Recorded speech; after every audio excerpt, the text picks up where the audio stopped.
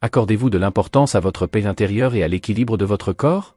Parfois, des exercices plus doux, comme le tai chi, l'aquagym ou les étirements modérés, ne semblent pas impressionnants au premier abord, mais ils ont des effets puissants. Ils contribuent à la longévité en toute sécurité, apaisent le cœur et aident le corps à rester stable. Mais il y a un détail qui est souvent négligé, ce n'est pas seulement la façon dont nous faisons de l'exercice qui compte, mais aussi le moment où nous le faisons. Surtout si l'heure que vous choisissez interfère avec quelque chose d'aussi vital que votre sommeil. Partie 1. L'erreur de temps. Faire de l'exercice tard le soir peut se retourner contre vous. À première vue, faire de l'exercice le soir semble être une bonne idée. La journée est terminée, la maison est calme et cela semble être le moment idéal pour prendre soin de soi. Cependant, si vous avez plus de 60, 70 ans ou plus, c'est là que réside le danger.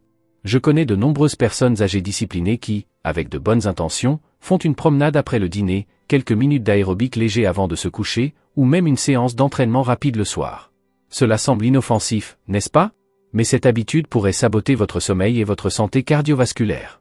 Partie 2. L'impact de l'exercice nocturne sur le corps. Même une activité légère avant de se coucher peut activer le système nerveux, accélérer le rythme cardiaque et empêcher le corps d'entrer dans la phase profonde et réparatrice du sommeil. Et au fil des années, la qualité du sommeil a tendance à diminuer. Nous devenons plus sensibles à tout changement dans notre rythme circadien, cette horloge interne qui régule le sommeil, l'éveil, la température et divers processus biologiques.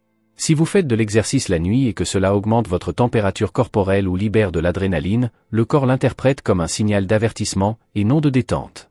Le résultat? Sommeil léger, plus d'inflammation, résistance à l'insuline, hypertension artérielle et même arythmie. Partie 3. Bien dormir est essentiel pour votre cœur. Le repos est aussi essentiel pour votre cœur que pour vos muscles, peut-être même plus. Si vous sacrifiez votre sommeil profond au profit d'une habitude nocturne, c'est priver votre cœur du moment le plus important pour récupérer. Ce n'est pas que les personnes âgées ne devraient pas déménager, bien au contraire. Le secret est de respecter le rythme naturel du corps. Quel est le meilleur moment pour faire de l'exercice? Le matin ou en début d'après-midi. Cette habitude favorise un cœur plus équilibré, améliore l'énergie tout au long de la journée et contribue à des nuits de sommeil plus paisibles. La nuit, l'idéal est de ralentir. Faites savoir à votre corps qu'il est temps de se détendre, pas de s'emballer. Partie 4. Le message le plus important. Et même si le sommeil est essentiel pour votre cœur, il y a un autre facteur puissant qui agit lorsque vous êtes éveillé. Écoutez votre propre corps. Cela peut paraître trop simple, et c'est peut-être pour cela que beaucoup l'ignorent. Mais c'est cette pratique qui fait toute la différence. Merci d'être resté jusqu'ici, cela montre que vous vous souciez non seulement de vivre plus longtemps, mais aussi de vivre mieux. Partie 5. Moins, c'est plus.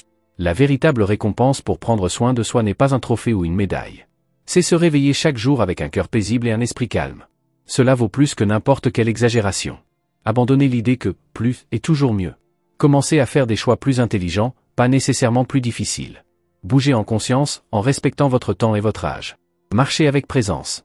Reposez-vous avec intention. C'est ce qui protège vraiment votre cœur. Voilà ce qu'on appelle la force et le courage. Partie 6. Le danger de l'inaction silencieuse. Mais je veux vous mettre en garde contre un autre piège, et cela ne se produit pas pendant l'exercice, mais en son absence. C'est à ce moment-là que l'inaction commence à faire des ravages en silence, accumulant peu à peu les risques. Votre cœur a besoin de votre sagesse, pas de votre silence. Après tant d'années de travail en cardiologie, s'il y a une chose que j'ai apprise, c'est la suivante. Le cœur te donne tout.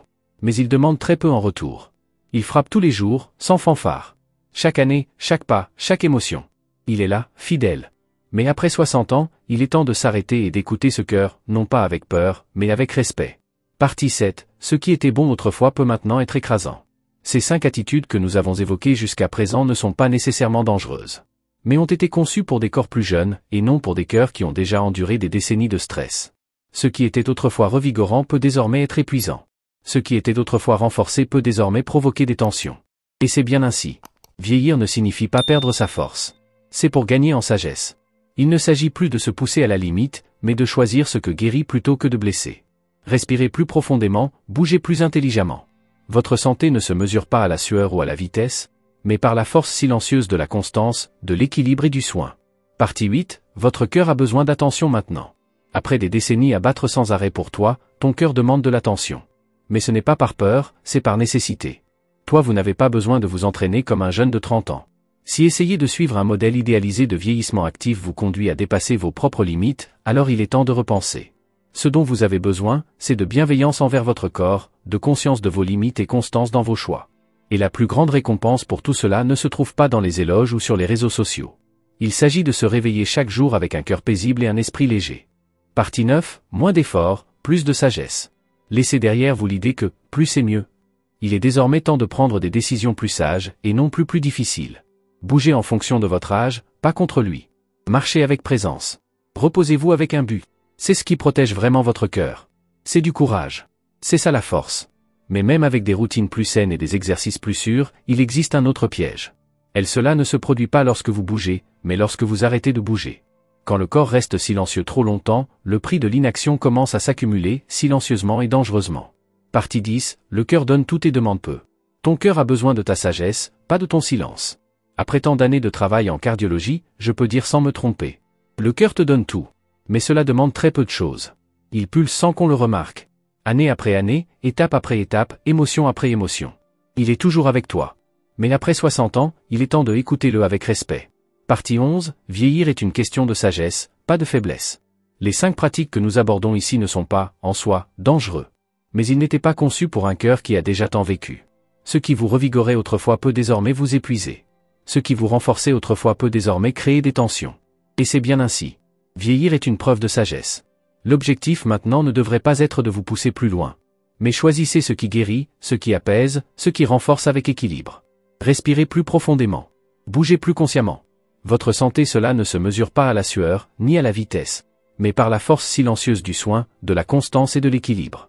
Ne punissez pas votre cœur. Faites d'aujourd'hui le jour où vous commencez à le protéger. Si on ne vous l'a pas encore dit, tu n'es pas trop vieux. Il n'est jamais trop tard. Chaque petit choix que vous faites maintenant peut ajouter des années à votre vie, et de la vie à vos années.